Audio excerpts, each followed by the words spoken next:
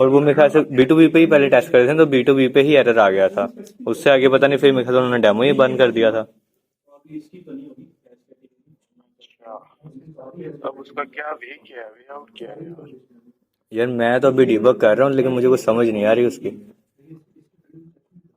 Sir अभी मार से पूछते हैं, पूछ लो यार। नहीं यार, वो बड़े गुस्से में हैं, मुझे बात नहीं करनी चाहिए, ऐसी बात करेंगे ना और मामला खराब होंगे। वो कहेंगे यार ये मतलब हम अपना काम करते रहते हैं, जो एक पता लग गया सुबह से हमें समझ आ गई। मैं वही कह रहा हूँ ना, वो मतलब कि वो कह भी रहे थे इतने टाइम भी दिया ऑथेंटिकेशन के लिए, लेकिन वो फिर भी नहीं सही हुई। भाई मैं कॉल में था, उस्मान भाई ने मतलब बहुत गुस्से में थे, उन्होंने मुझे दोबारा कॉल की थी फिर, तो मेरे पास जवाब नहीं आया कोई। वो मुझसे भी बार बार अपडेट ले रहे हैं, बार बार के क्या हो रहा है क्या नहीं कर रहा। वो कहते हैं B2B पे भी क्यों नहीं चल रहा। और क्योंकि वैसे में B2B से इशू स्टार्ट हुआ, तो B2C का तो वो देखा ही नहीं उन्होंने। कहते भैया आप लोग टेस्ट नहीं करते, आप लोगों ने मेरी इंसल्ट करवा दी है CEO के सामने। बिलाल भाई, यार अच्छा क्या?